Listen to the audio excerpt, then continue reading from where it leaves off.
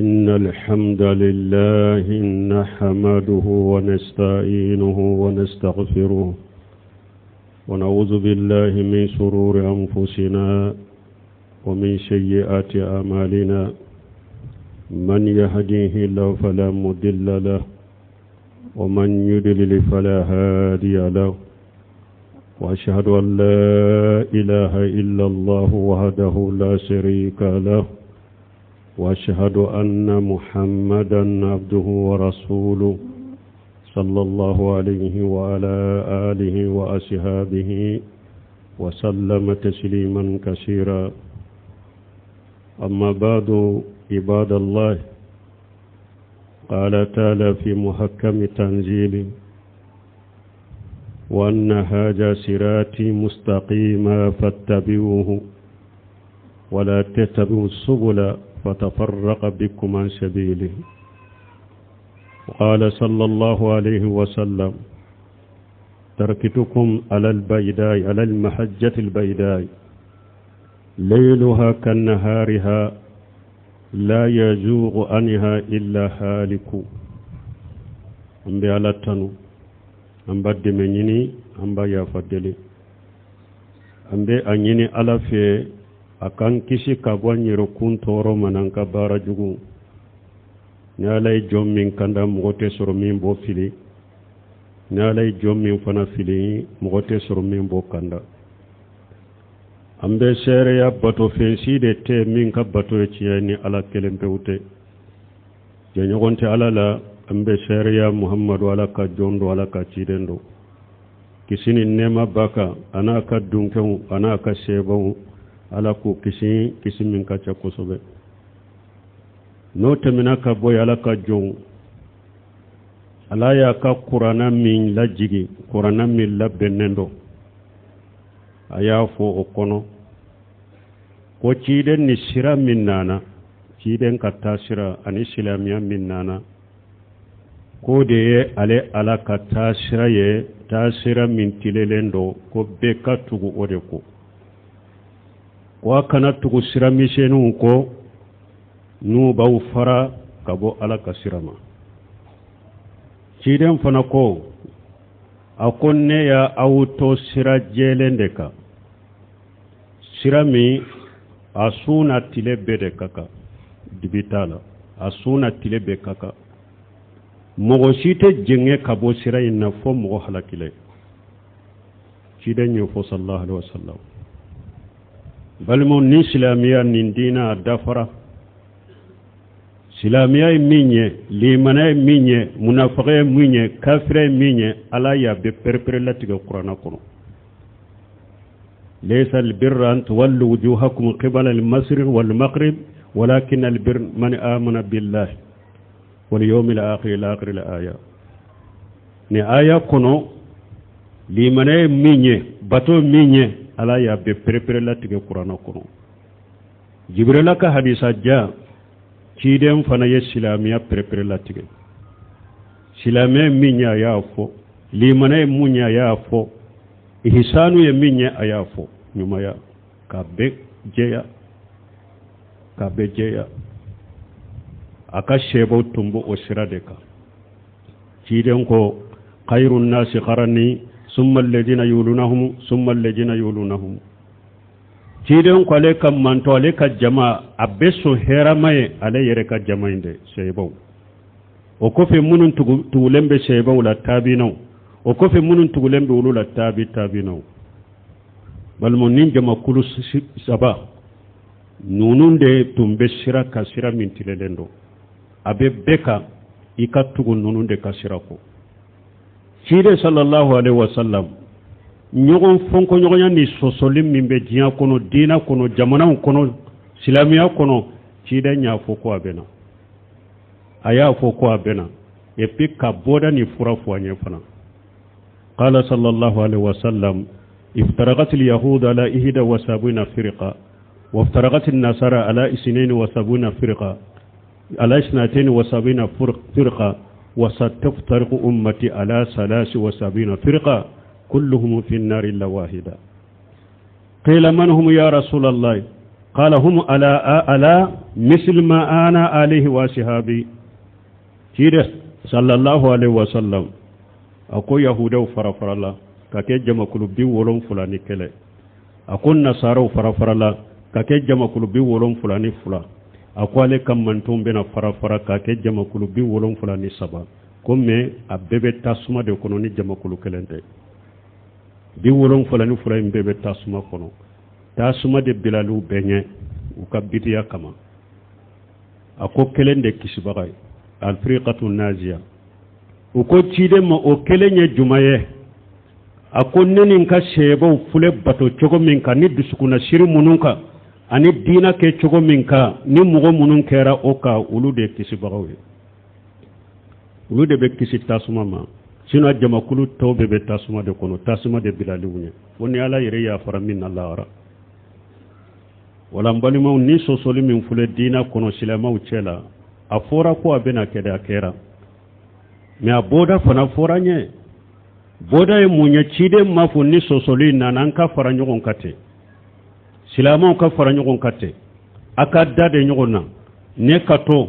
ewa nka tabolo ka e kato ika sunna ka anka fara nyogon nate fara nyogon kate cide mo fo mo shiye qur'ana mo fo mo ye cide mo fo mo ye cide ko sosoli bena fon ko nyogonya bena me nana na la yere ko qur'ana kono ya ayyuhallazina amanu taqullaha wa kunu ma sadiqin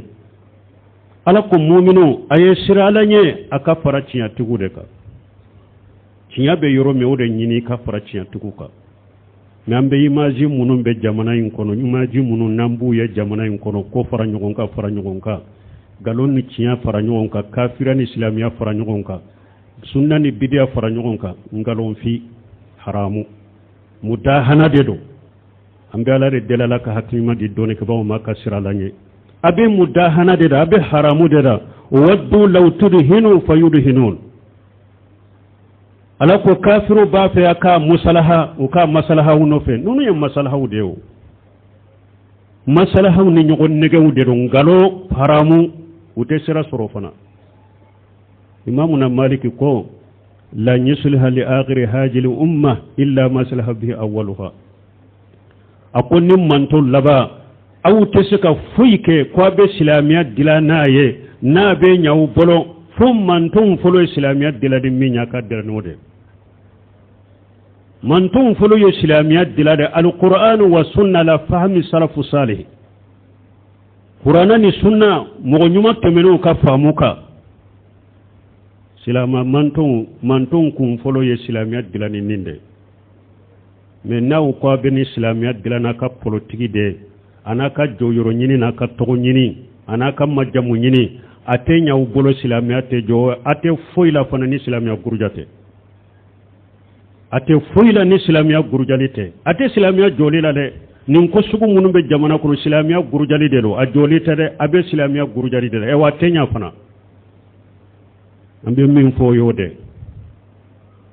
wodi ato doni ko bawo ko al iftiraq wal ikhtilaf tanqasimu ila salasati aqsam silamo ka farafarali ni nyogon soso abetila kata tila yoroma sabade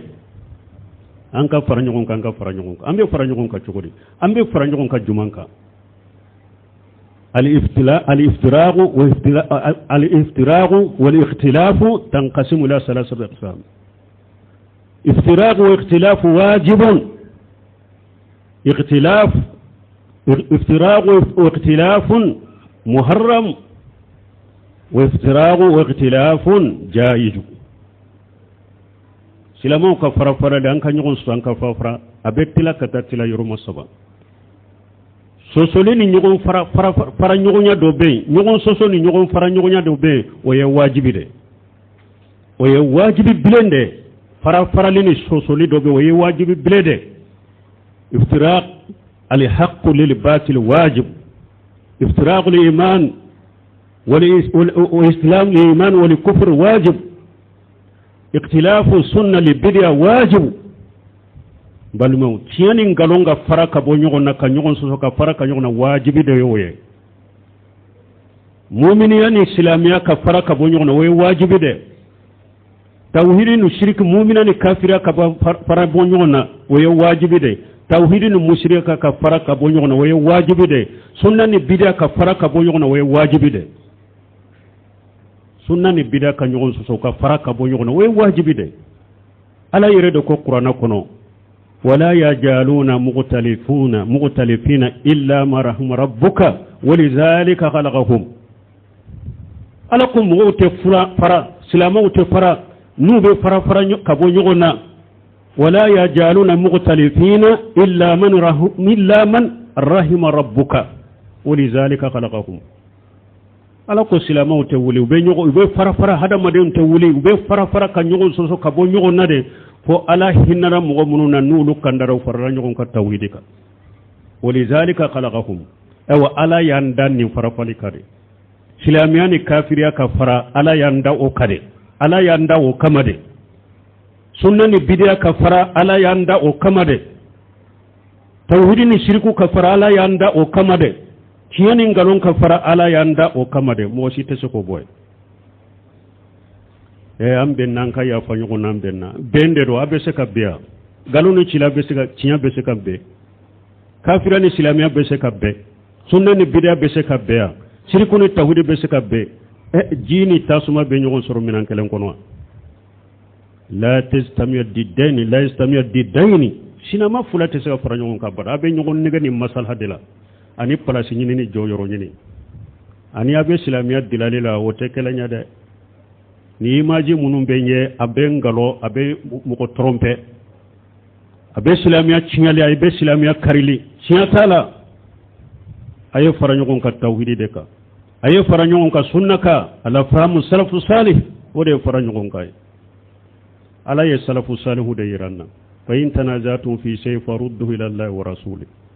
in kuntum tu'minuna billahi wal yawmil akhir ala kunna ye nyogon soso minna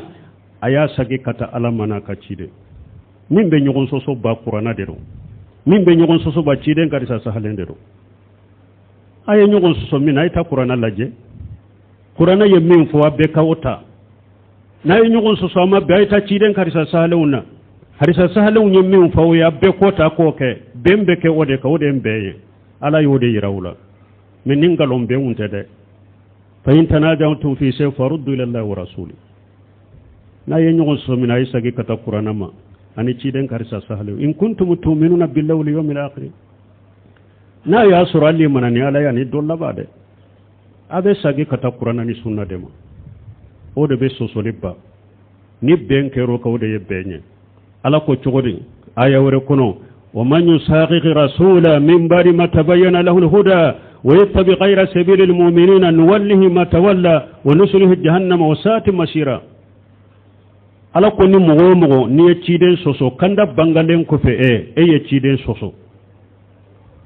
mu'minu be benna min ka ko ke tasirai sebo tabina ulu benna min ka silamela ko ke tasirai yo soso ala ko yeri bila min ka ne ala bi bilo ka de bi tola mi lagaram bi bila jannaba tasma ko galon fi krikiru donc ni nyogon soso siyani galon ka nyogon soso ka fara ka bo nyogon na wajibi do silamiya ni kafir ka nyogon soso ka fara ka bo nyogon na wajibi de sunna ni bid'a ka nyogon soso ka fara ka bo nyogon na wajibi de ni nye foloy nyogon soso do be iftiraqu ikhtilafu muharram nyogon soso ni do be nyogon fonko nyoni fara pali do we haramu we jumay silamo ka fara ka bo nyogon na min aqradi shakhsiyya ambe aqida kele ambe tabulo kele ambe be sunna de la fahamu salafu salih bo ne ya me karasay ni fonne ko fe ube ne ka jiya hake do ni ne karasay ne kumantiala kam ko o kama silamo ka nyugo ko jiya ko kama hada madiyan ko kama aka farafara waye haramude ala ko de la watu rasula falat wala tanazu fatafsalu wa tajhaba irihukum akwa yetu wala ko akati ku cijiren ko aka na nyugo soso jiya ko la ka jiya ko jiyan annafa ko doro ayere ka hada madiyan ko doro silamo ka nyugo soso ola o de kira sababu ka fonko nyugo soso bila nyugo se ka farafara waye haramude la yahillu lil muslim an yahdura aqahu fawqa salas waye jiya ko de atebbe silama ibalima silama jiya kola aka dimi ɲɔgɔn kɔrɔ ka datigɛ ka bɔ ɲɔgɔn na tɛ ɲɔgɔn fɔ ka tɛmɛ tile 3 la o ye diɲɛ ko de o ye haramu ye silamɛw ka bila ɲɔgɔn na ka fara fara ka ɲɔgɔn sɔsɔ ni diɲɛ ko ya ni diɲɛ antenne diɲɛ nafa ko ani an yɛrɛ ka hadamadenya ko o ye haramu ye o man ka kɛ silamɛw ni ɲɔgɔn cɛ ni ye ɲɔgɔn sɔsɔ min ye haramu ye iftiraqu ikhtilafu zaiju ɲɔgɔn sɔsɔ dɔ bɛ awa ani fara fara ɲɔgɔnya dɔ bɛ o dagara o ye ikhtilafu mustahidina fi masailati alfiqhiyya mustahidu ka ɲɔgɔn sɔsɔ masaila fiqh masalaw la komi majhabin nanu ye ɲɔgɔn sɔsɔ fiqh masalaw la cogo min o dagara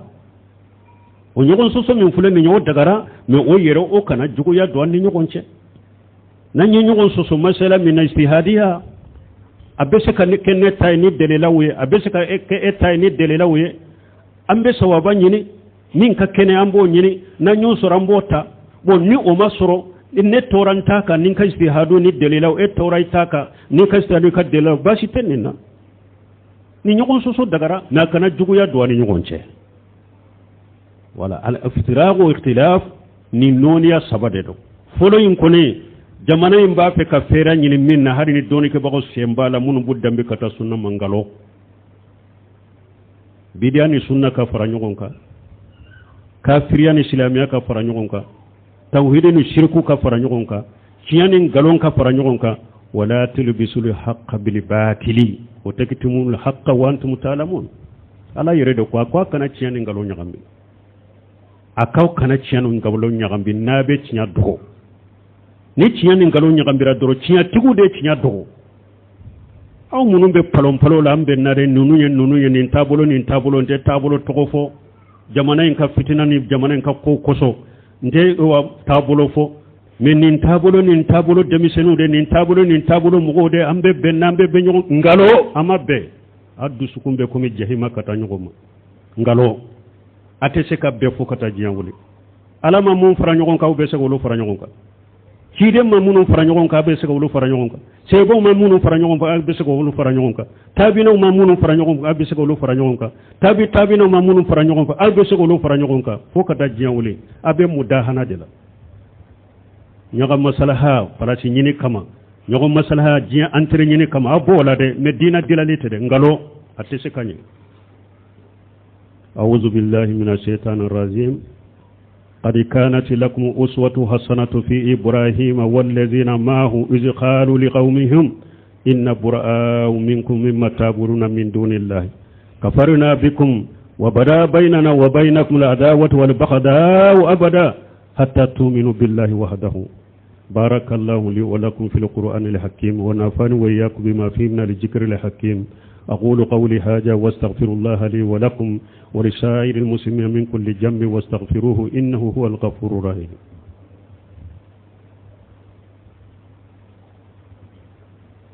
الحمد لله رب العالمين والصلاة والسلام على نبينا محمد وعلى آله وأصحابه وسلم تسليما كثيرا أما بعد بل موني آية ألا يريد أن ينفقر نفر jamana in bɛ min na nin b'a ka kaburu bato la a b'a ka bidiya la a ma sanse a ma tuubi a ma bɔ a la ni o nana e ma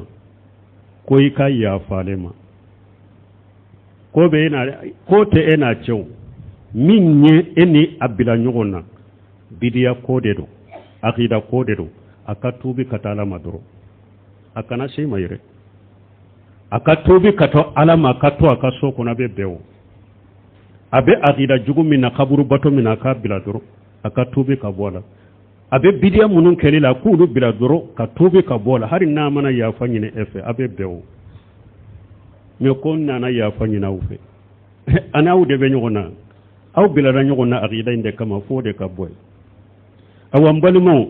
bidiya mɔgɔw ani sunna mɔgɔ ka fara ka bɔ ɲɔgɔn na asilu min usuli ahli sunna wal jamaa wa yes ahli sunna wal jamaa ka lesiri do de bidiya ni sunna ka fara ka bɔ ɲɔgɔn na aka ɲɔgɔn juguya o ye wajibi bilende o ye lesiri ni sunna mɔgɔ ahli sunna wal jamaa ka lesiri ba do ye o ye qur'ana ayaw do delila qala ta'ala wala tarikanu lil ladzina jalamu fatamassakumun nar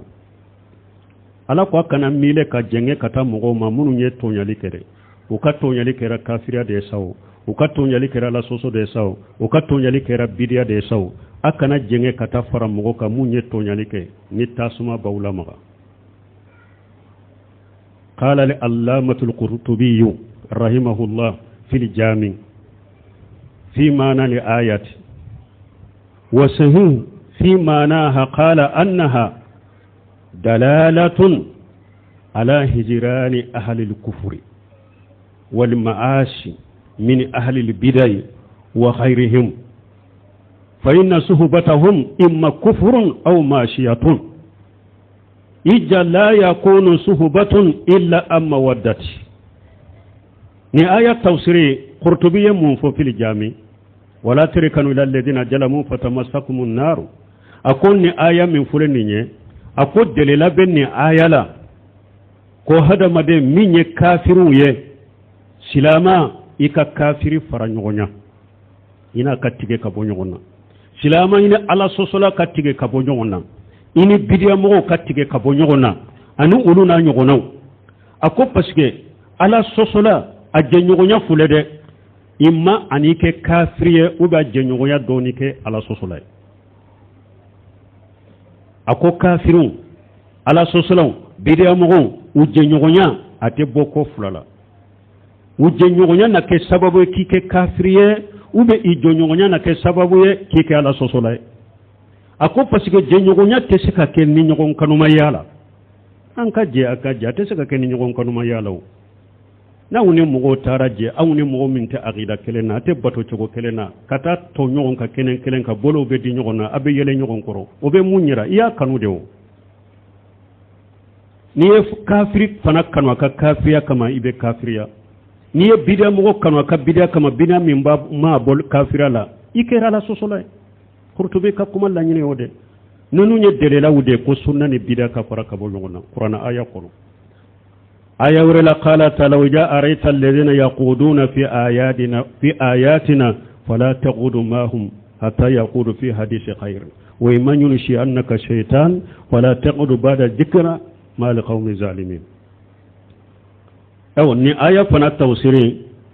qala al-imam at-tabari rahimahullah fi tawsirihi imam at-tabari ko ni aya tawsiri la wa fi hadhihi ayatu دلالة واضحة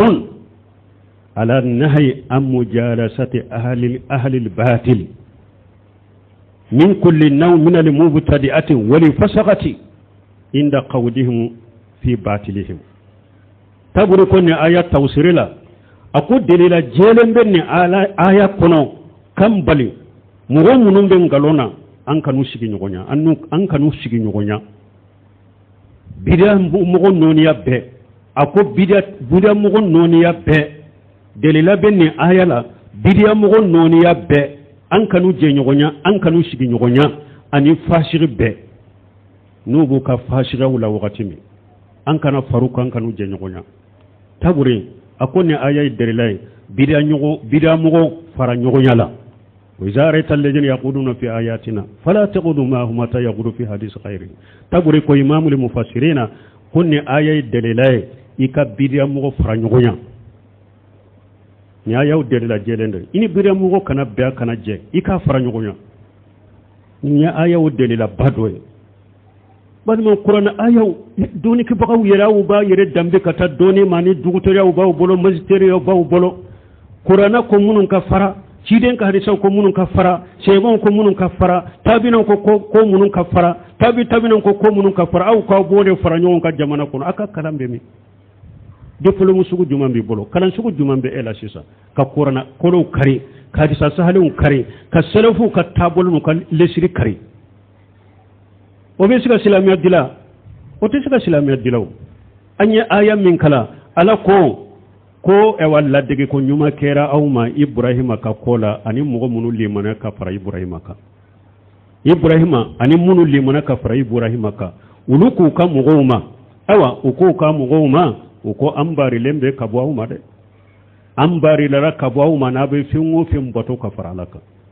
ambari la ka bwa bema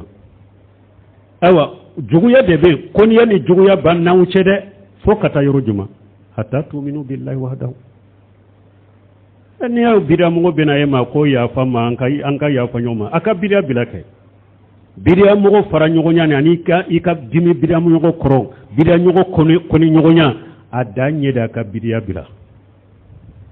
na ma bidia bila fokata Allah gara juguya ni koniyate boani nyogonche hatta tu'minu billahi wahdahu ala ya danke wode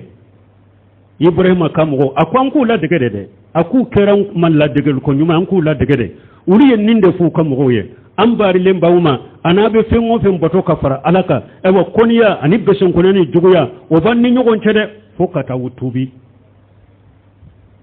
ku fokata wutubi bidia je nyogonya bidia mugo ina kabbe ina kaje juguya ni koniya kabwani nyogon cha tubu de ya danye ciden ka seba saba kabu bunu maliki na kaje nyogon fula ulute bidia mugo yerewe munafaqute me we ala soso de ke doro ciden na ka seba ciden ko seba beku datige kabola tile biduru nyogona mugo makumu fo mugo makuma ufe uyu fara nyogonya haru ye salamu bila minka utuka salamu sagi fo ala ye tubu kuye tuma me ala yuka tubu jigi qur'ana kono uni seba ubenna ulute bidamugo yerede munafaqute de yala soso do de ke doro ciden ko seba beku datige wala fo ala yuka tubu jigide uni seba to benna aw be dawa do dere kateme qur'ana ka jamana ka silamaw aw ye dawa cogo do kateme qur'ana ka aye dawa do kateme ciden ka aye silamaw aw ye silamaw ka maslaha do kateme alaka aw ye silamaw ka maslaha do kateme ciden ka aw ye silamaw ka maslaha do kateme sebaw ka aw ye silamaw ka maslaha do kateme tabinaw tabinaw ka la hawla wala quwwata illa billah ala ko aya wore kono sebaw ka ko la puran ka tugu sebaw ko والسابقون الأولون من المهاجرين والأنصار والذين اتبعوهم بإحسان رضي الله عنهم ورضوا عنه وأعد لهم جنات تجري تحتها الأنهار خالدين فيها أبدا ذلك الفوز العظيم ألا ينونون ديرانا شيبو تابي نو ألا يولو ديرانا نسلامو بافي سلاميا كفنغسر جمانين كنا كبه أيبه على القرآن وسنة رسول الله صلى الله عليه وسلم على فهم السلف الصالح من دي بيني أيبه قرآنك أكبه سنك سلف الصالح كفاموك مغنيمون تمنون كفاموك على يودفو وسابقون الأولون من المهاجرين والأنصار ألاكم مغفور منون تمنا مهاجرين سيبا منون هجرة كبوم مكة نيم مدينة كون نونون سيبا ويه والذين اتبعوهم بإحسان أني مغمغ تورا نونون كوني نيوماي تابينا ودونانينا تابينا ودونانينا أني مغمغ ني تورا سيبا وكفوكة الله والذين اتبعوهم بإحسان أبد دونانينا ني مغمغ تورا سيبا وكو ukaddu sukuna sirula ukabbato chogola ukaddina barake chogola ni mogo mogo tuguruko ikera tabinawo ikera tabina ikera mogo muno nano kofe ikera anka wakatewa ifana togode walladhina tabauhum bihisan donc ala yen nonu de yiranna de shebo ani tabinaw ala ye ulude yiranna anka ulude katasirata kake ulu katasirade ka kafara nyogon ka odeka minni ote abe fara nyogon ka abe ngalo abe haramu fana imamuna maliku yo faye fana la yasiru li akhir hajil umma illa ma aslaha bihi awwaluha akon nim manton labon te seka foy ko kulu be islamiyat dilana na be nyaw bolo fo manton folo islamiyat dilani mi nyaka dilano de manton folo islamiyat dila qur'ana ni sunna de abe qur'ana ni sunna de ke ka dina dila ka islamiyat dila salafu salu ka famuka meni ote abe fiŋo fenna jamana in kono ñiŋ ko sugula abe ciñali ala kan kisiw ka toro de ma ka jamana kisiw ka toro ma abe place ñina abe ciñali abe haramu abe mudahana abe ñogo masalaha ala ka hakkilima dama ربنا آتنا في الدنيا حسنة وفي الآخرة حسنة وقنا عذاب النار ربنا لا تزغ قلوبنا بعد إذ هديتنا وهب لنا من لدنك رحمة إنك أنت الوهاب اللهم اجعل الإسلام والمسلمين وأذل الشرك والمشركين ودمر أعداءك أعداء الدين برحمتك يا أرحم الراحمين وآخر دعوانا الحمد لله رب العالمين